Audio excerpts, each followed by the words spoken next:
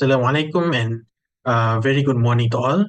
My name is Asfaruddin and today I will be discussing and presenting a video as part of the second assignment of my topology course. We begin with the first question. The question reads as follows. Let S and T be dense subset of space X tau. If T is also open, show that S intersect T is dense in X. So what does dense mean?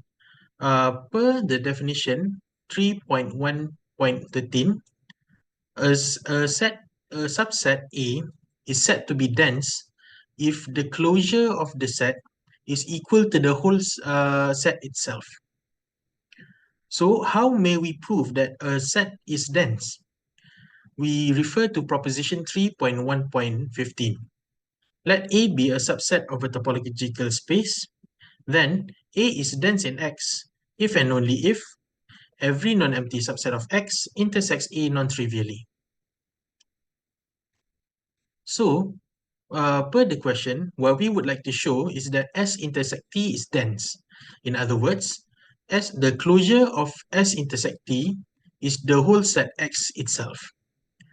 Per the proposition, we will need to prove that all open sets in tau, where it is not an empty set, the intersection with S intersect T is non-trivial. Per the question, we let S and T be dense subsets of X. That means the closure of S is equal to the whole set X, and the closure of T is also equal to the whole set X. It also means, via the proposition, that for all open sets in tau, where the open set is non-trivial or non-empty, the intersection with the set S is also non-trivial. Also, the same goes for the set T, where for all open sets that is not the empty set, the intersection with the set T will be non-empty. All right, we may begin the proof. Firstly, we notice that as T is open per the question, S intersect T will be non-trivial. All right, now let U be an open set. We have established, or rather we have assumed earlier, that the intersection with the set S will be non-empty, and the intersection with the set T will also be non-empty.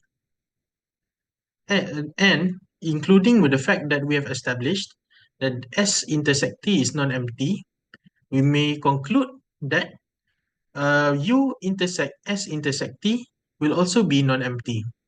This will hold true for any open set. Therefore, we have proven that S intersect T is dense in X.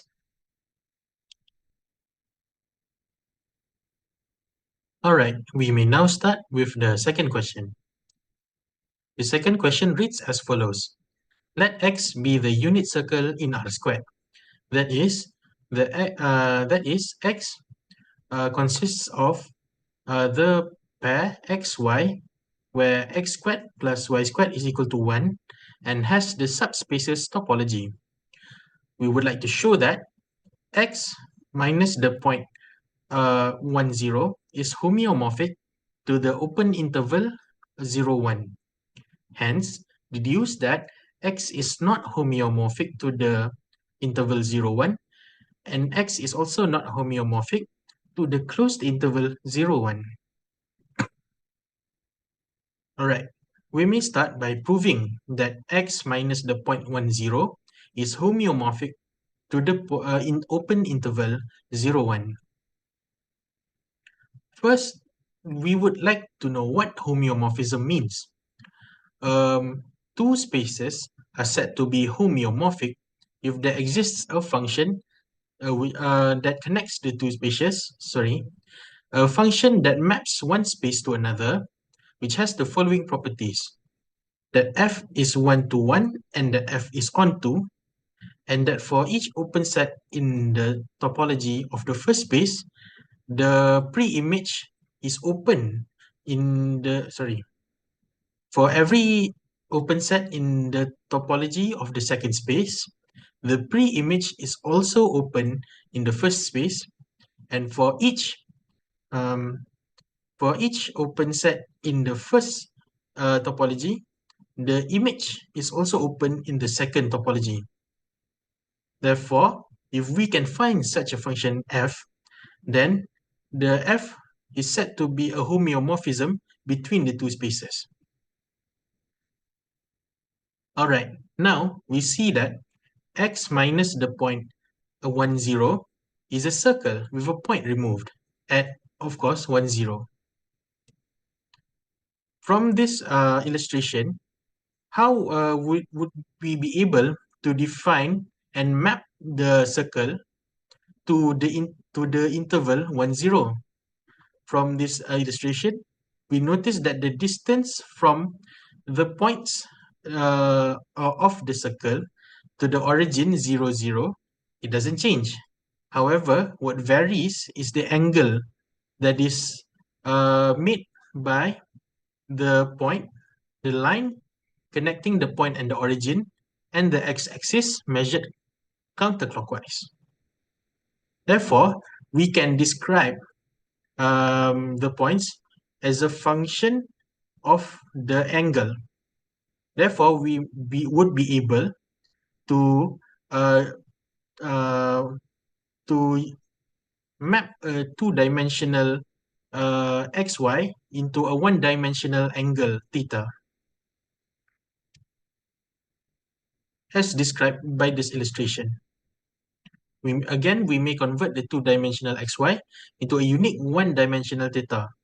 For each pair xy in x minus 1, 0, there will be a unique theta.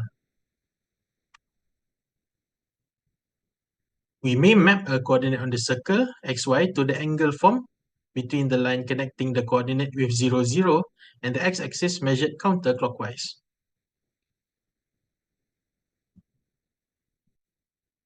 However, as the angle goes from 0 to 2 pi, this would map x minus 1, 0 to the interval 0 to 2 pi. We may scale it down by dividing the angle with 2 pi, so it would map to the interval 0, 1 as intended. We may now construct the function. The function is as follows. F of xy is equivalent to theta over 2 pi, where theta, as described just now, is the angle between the x-axis and the line formed between xy and the origin 0, 0. All right, now we may test the function to see if it fits all the criterion of homeomorphism. First, we may check, is the function one-to-one? How may we prove if a function is one-to-one? The way we prove it is we set the functions of two, let's set the function equal to each other. If the function is equal to each other, if we may prove that the object of the function is equal to the other, then it is one-to-one. All right, let's assume that the function, let's assume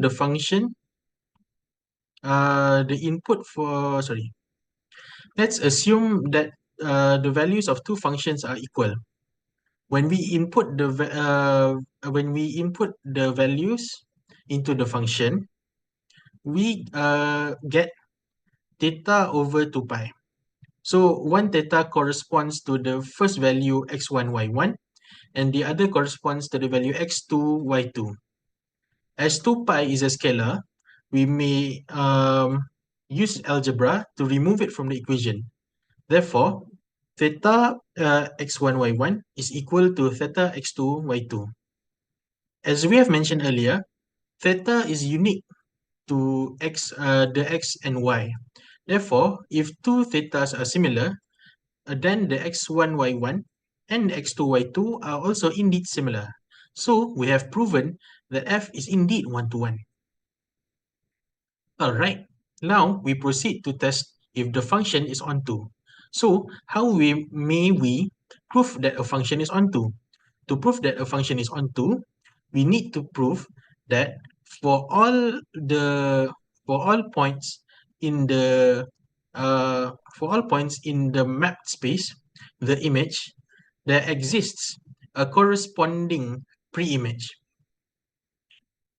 So let a t be an element of the interval, which is the second space in consideration. Consider a theta which is equal to 2 pi t. Therefore, the t would be equal to theta over 2 pi, which is the needed function. So we can conclude here that we can find a specific theta, and we can find a specific x and y for every t in consideration, which is in the interval 0, 1. Therefore, we have proven that the function is onto. All right. Now, to prove the next two criterion will be a bit of a challenge. We will need to test if for every open set in the topology of the interval 0, 1, the pre-image is also open in the topology of x minus 1, 0. And also, we need to prove that all open sets in the topology x minus 1, 0, the image is also open in the topology of the interval 0, 1. All right, so before we do that, we will first need to define what are the topologies on the two sets. So how do we define the topology on a subspace? To find the topology of on the subspace, we would just have to find the collection of subsets of the certain space intersect with the subset in consideration. We would also want, in this case, it would also be helpful to know the basis of the topology. All right. Per the definition 2.2.2, a collection script B of open subsets of X is said to be a basis for tau if every open set is a union of members of script B. This also gives us something to work with. If script B is a basis for a topology tau on a set X, then a subset of U of X is in tau, in other words, is open, if and only if it is a union of members of script B. So therefore, to show that a subset is open on a topology, we may prove that it is a union of the elements in a basis of the topology. All right. So given a space X and the topology tau X and the corresponding basis script Bx, and Y is a subset of X, we may be able to find tau Y and script By, which is the topology on the subspace and the basis of the subspace topology respectively. To find tau Y, we will just have to find the sets of the intersection of open subsets with the subset Y. And to find the basis for the topology, we find the intersection of all the basis elements. Sorry, we will find the sets of the intersections of basis elements with Y, with the subset Y. All right, so we may begin by finding the basis for the topology of the interval 0, 1. As stated before, we may do so by finding the set of intersections with of the basis of the Euclidean topology on R intersect with the interval. That means we recall that the basis of the Euclidean topology on this set of real numbers is equivalent to the open interval AB. So we intersect that with the interval 0, 1, and what we get is that the basis for the topology on the interval 0, 1 is the set of intervals AB such that 0 is less than A is less than B, and B is less than 1. Alright, now that we have the basis for the topology, we may describe the topology itself. We first recall that the topology of the interval is equivalent to the set of open sets in the Euclidean topology intersect with the interval 0, 1. We might also describe the topology as a union of elements in the basis. So we recall earlier that we have established that the elements of the basis consists of intervals A, B, where 0 is less than A, less than B, less than 1. Therefore, we conclude that sets open in the topology of the interval 0, 1 are unions of intervals subset of the interval 0, 1. All right. Now, we would like to find the basis and the topology for the set x minus 1, 0. This will be a little bit more tricky. But we power forward. First, let's find the basis. All right. So the basis will be the basis, the set of intersections of the basis on R squared intersect with the set x minus 1, 0. So what are the basis elements in R squared? The elements are open balls centered at AB with radius R, or the notation is BRAB. So therefore, rewriting the formula, we see that the basis of the topology on x minus 1, 0 is equal to the set of intersections between such balls and x minus 1, 0. All right. So when we intersect those balls with with the set x minus 1, 0, what we get is open arcs. Open arcs in the sense that points that go from one theta to a certain other theta.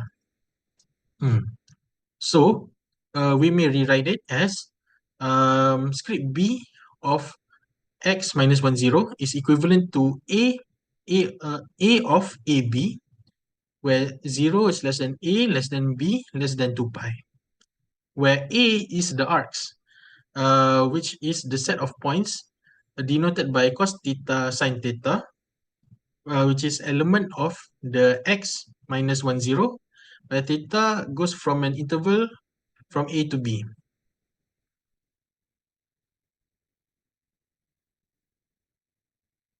So we have properly defined the basis for the topology on x minus 1, 0. With the basis now properly defined, we may now define the topology.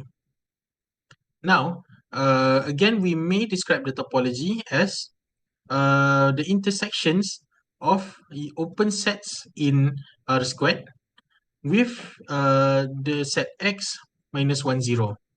And we can also describe the topology as the set of arbitrary unions of basis elements. And then we recall that such basis elements are the open arcs that we have described just now. Therefore, we see that sets open in the topology of x minus 1, 0 are unions of open arcs subset of x minus 1, 0. All right, now that we have established script B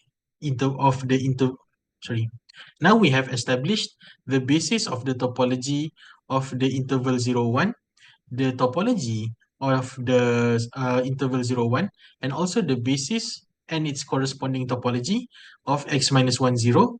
We may now test for the third and fourth criterion of the homeomorphism.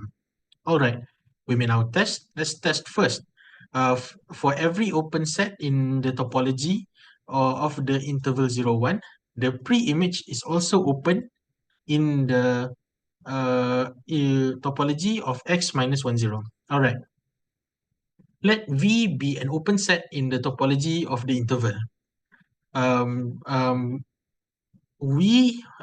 again, we see that the open set is a union of the elements of the basis of the topology of the interval 0, 1. And we have described just now that an element of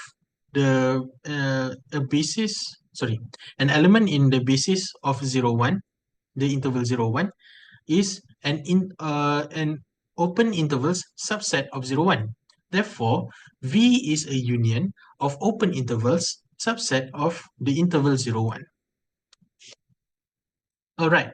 Now consider one of the intervals in the union. Now, the function being 1 to 1 and on to means that all points in that interval will be mapped to a unique point, which is which is an element of x minus 1, 0. The collection of such points from the interval will be mapped to an open arc, an element of the basis of the topology on x minus 1, 0. And then we do the same for all intervals in that arbitrary union. As an open interval will be mapped to an open arc, a union of open intervals will be mapped to a union of open arcs. Alright, now that we recall that open arcs are indeed an element of the basis of the topology on x minus 1, 0. Therefore, the resultant mapping, a union of open arcs, is a union of elements of the basis of the topology of x minus 1 x minus 1, 0. Therefore, since the mapping is a union of elements of the basis, therefore the mapping is open in tau in the topology of x minus 1, 0. Therefore, we have proven the third criterion. Now, similarly, we would like to, in the other direction, we prove the fourth criterion, which is for every open set in the topology of x minus 1, 0, the image is also open in the topology of the interval 0, 1. All right. Now, let U be an open set in the topology of x minus 1, 0. Again, we have established that since U is open, U is a union of elements in the basis. Therefore, since the element of the basis is open arcs subset of x minus 1, 0, U is a union of such open arcs. We proceed that, again, F being bijective, which is 1 to 1 and on to, means that each open arc is mapped to an interval. What I mean here is each point in that open arc will be mapped to a point on the interval in a certain interval. Therefore, the collection of points from the open arc will be mapped to a certain interval. Therefore, the union of open arcs is mapped to union of intervals. As intervals are subset to the basis of the interval 0, 1, the mapping is a union of basis elements. Again, since the mapping is a union of basis elements, that means the mapping is open in the topology of the interval 0, 1. So, we have proven the fourth criterion, and since we have proven all four criterions, we have successfully proven that x minus 1, 0 is indeed homeomorphic with the interval 0, 1, and the homeomorphism is defined by f, which is theta over 2 pi.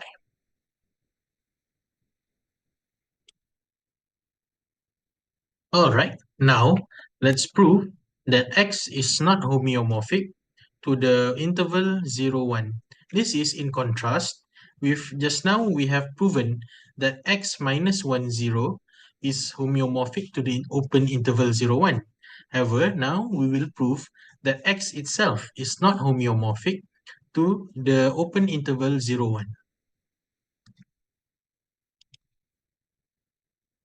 1. To do so, we will use proposition 4.3.2 and also remark 4.3.6.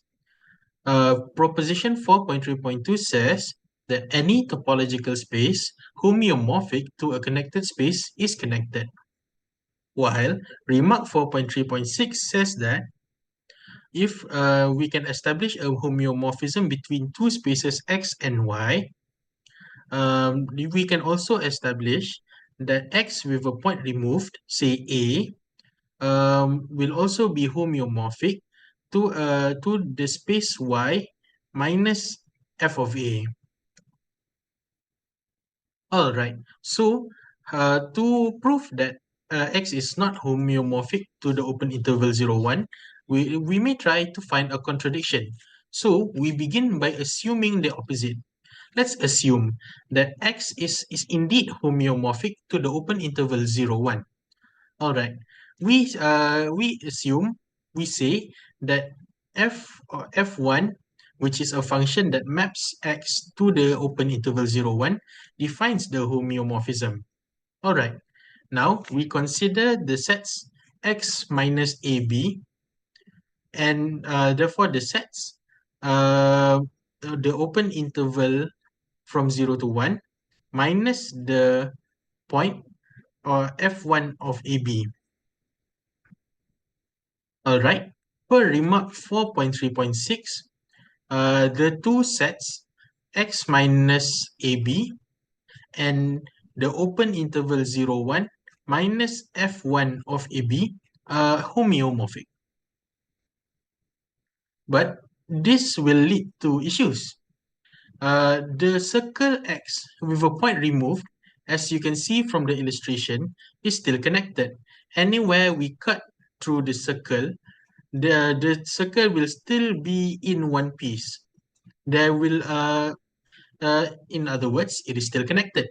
However, the same cannot be said about the open interval 0, 1.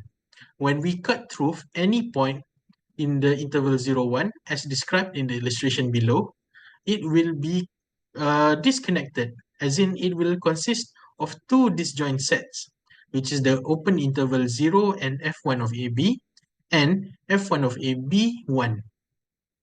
So, we've shown that a connected space is homeomorphic to a disconnected space.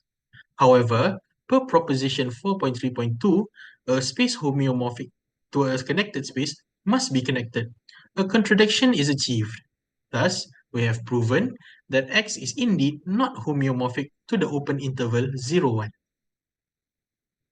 Alright, now we prove that X is not homeomorphic to the closed interval 0, 1. To do so, we will have to introduce corollary 4.3.7. Now, this corollary is a consequence of the previous proposition.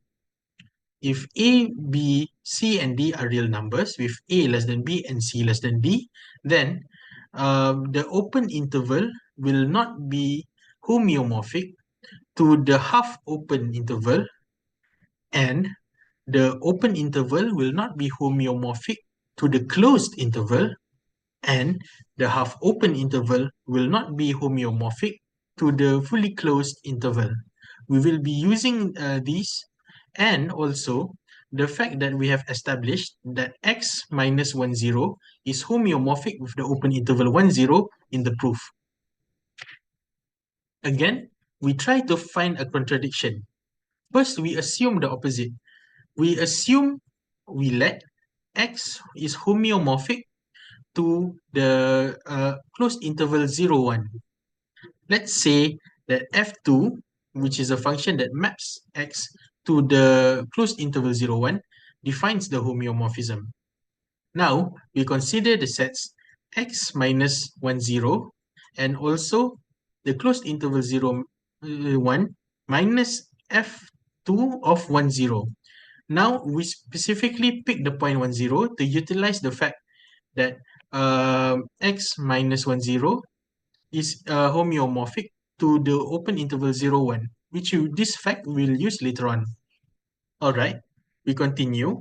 Per remark 4.3.6, x minus 1, 0 is homeomorphic to the closed interval 0, 1 minus f2 of 1, 0. We recall, and we have already established, that x minus 1, 0 is homeomorphic to the open interval 0, 1. By transitivity, the open interval 0, 1 is homeomorphic to the closed interval 0, 1 minus f2 of 1, 0. But here we arrive at some issues. As described by the illustration above, there are three cases. First, let's assume if f2 of 1, 0 is 0. Therefore, the closed interval 0, 1 with that point removed, which is 0, it will be equal to the half open interval 0, 1. And it then will be homeomorphic to the fully open interval 0, 1. Per corollary 4.3.7, it actually is a contradiction. All right, now let's consider if f2 of 1, 0 is instead equal to 1. Thus, the closed interval 0, 1 minus 1 is equal to the half open interval 0, 1, and that will be homeomorphic to the open interval 0, 1. Again, per corollary 4.3.7, it is a contradiction. And finally, what if f2 of 1, 0 is anything in between 0 and 1? Again, by referring to the illustration above, we see that it disconnects. By cutting into the line, it will disconnect the space, making it consist of two disjoint spaces, two disjoint subsets.